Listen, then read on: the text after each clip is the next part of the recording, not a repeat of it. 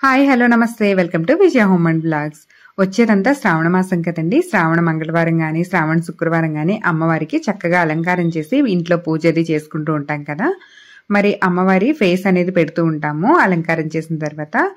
అప్పుడు కొంతమందికి ఫేస్ ఆనవాయితీ లేని వాళ్ళు కూడా ఉంటారండి. అలాంటి వాళ్ళు ఏం చేయాలి అంటే చక్కగా ఇలా కొబ్బరికాయకి అలంకారం చేసి అమ్మవారి ఫేస్ కింద తయారు చేసి పూజ అనేది చేసుకోవచ్చు.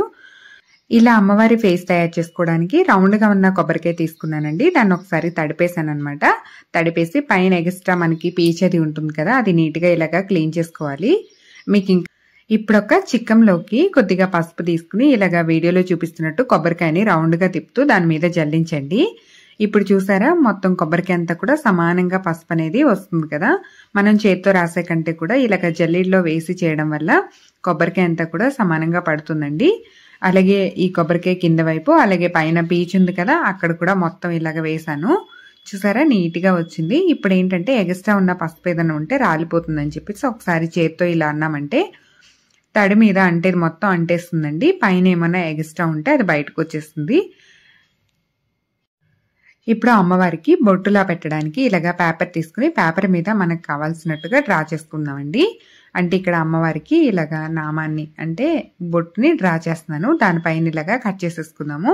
ఇలా కట్ చేయడం వల్ల మనకి చక్కగా అమ్మవారి బొట్టు అనేది ఈజీగా పెట్టుకోవచ్చు. ఇలా కట్ చేసుకున్న తర్వాత ఓపెన్ చేసి చూపిస్తున్నాను చూడండి. చూసారా, అమ్మవారి బొట్టు అయితే ఎంత చక్కగా వచ్చింది కదా. ఇప్పుడు దీన్ని కొబ్బరికాయ పైన పెట్టేసుకుని దీనిపై నుంచి కుంకుమ పెట్టుకుందామండి. కొద్దిగా నీళ్లు తీసుకుని ఈ పేపర్ పైన తడిచేయండి. తడిచేయడం వల్ల ఏంటంటే పేపర్ కొంచెం తడిచి వంగుతుందండి. రౌండ్ షేప్ ఉంది కదా కొబ్బరికాయ, లేదంటే మనకి కుంకుమ పక్క నుంచి బయటకు వెళ్ళిపోతుంది అనమాట. అలాగే కుంకుమ అంటుకోవడానికి కూడా ఇలాగ లోపల వైపు కూడా తడి చేసుకుంటే మనం పెట్టిన కుంకుమ కూడా రాలిపోకుండా చక్కగా అలా నిలిచి ఉంటుంది అనమాట. తర్వాత ఇక్కడ నేను మనం ఏ షేప్లో కట్ చేసామో దానిపై నుంచి కుంకుమ మొత్తం అద్దుకుంటూ వస్తున్నాను. తీసిన తర్వాత చూపిస్తాను చూడండి. చక్కగా మనకి నీట్గా ప్రింట్ వేసినట్టుగా వస్తుంది. వీలైతే ఎర్రగా ఉన్న కుంకుమ తీసుకోండి, బొట్టు బాగా కనిపిస్తుంది. మెరూన్ కలర్ అయితే అంత బాగా అనిపించదు. చూసారా ఎంత నీట్గా మనం పెట్టిన బొట్టు అయితే వచ్చిందో. ఇప్పుడు మనం కలసం మీద ఈ కొబ్బరికాయని ఏర్పాటు చేసుకోవచ్చండి. అమ్మవారి ఫేస్ కింద ఇది ఇలా పెట్టుకోవచ్చు అనమాట. ఈ కొబ్బరికాయని అమ్మవారి ఫేస్ లాగా అలంకారం చేసుకున్నాం కాబట్టి ఇప్పుడు మీరు చీర అయినా కట్టుకోవచ్చండి, లేదంటే ఇలాగా డైరెక్ట్ గా కలసం మీద అయినా పెట్టేసుకుని పైన పువ్వులు చుట్టడం కానీ బ్లౌజ్ పీస్ పెట్టడం కానీ ఏదైనా చేసుకుని అలంకారం అనేది మీ ఇష్ట ప్రకారం చేసుకోవచ్చు. ఇలా తర్వాత నేను కొన్ని నగలు కూడా పెట్టేస్తున్నాను.